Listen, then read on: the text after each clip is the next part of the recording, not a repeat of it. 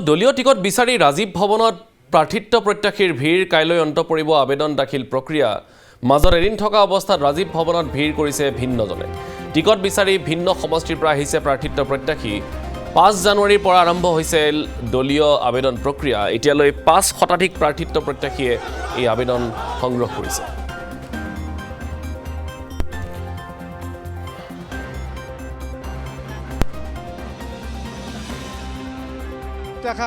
বহুত আশালৈ আজি আহিছোঁ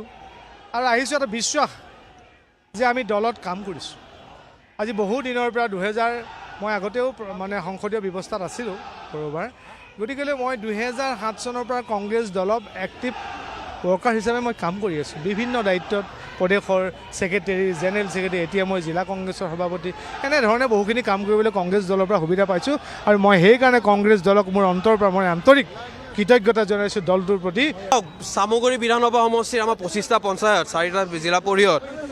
লৈ আমি এটা পৰিয়াল আমি পৰিয়ালৰ এইটো উত্তৰাধিকাৰী বা পিতৃৰ পিছত হেতু নহয়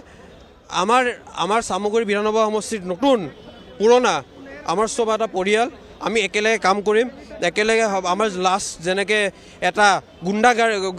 গুণ্ডামি লগাই বা টেম্পাৰিং কৰি বা কিবা কৰি বাই ইলেকশ্যন আমাৰ বেয়া কৰিছে এইবাৰ আমি বাই ইলেকশ্যন কংগ্ৰেছে আমি বেয়া কৰিব নিদিওঁ আমি এতিয়াও কৈ আছোঁ যে কংগ্ৰেছ ইতিমধ্যে আমি সামগ্ৰী সমষ্টিত জিকিছোঁ সোণাই এছেম্বলি আপোনালোকে জানে যোৱা 10 বছৰৰ পৰা আমি বৰ ভোগান্তি বৰ বিশৃংখল পৰিস্থিতিৰ মুখামুখি হৈ আছোঁ 2016ত বিজেপি জিকিছিলে ইয়াতে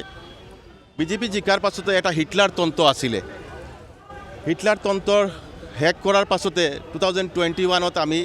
এছেম্বলি সিটটো আমাৰ এলায়েন্সত দি দিছিলোঁ এলায়েন্সত দিয়াৰ কাৰণে AIUDFৰ MLA হৈছিলে মই টিয়ক সমষ্টিৰ পৰা দলীয় টিকেটৰ কাৰণে আবেদন কৰিবলৈ আহিছোঁ আজি আমাৰ টিয়কত ভাল আগতকৈ যথেষ্ট ভাল মহল হৈ আছে আৰু টিয়কৰ কংগ্ৰেছ কৰ্মকৰ্তাসকলৰ ওপৰত যথেষ্ট উৎসাহিত হৈ আছে এবাৰ আমি আশাবাদী আমাৰ টিয়ক আমাৰ কংগ্ৰেছৰ হাতলৈ আহিব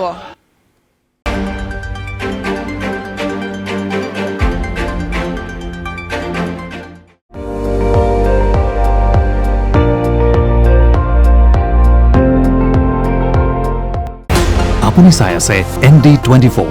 সৰ্বশ্ৰেষ্ঠ নহয় সৰ্বোত্তমৰ দৌৰ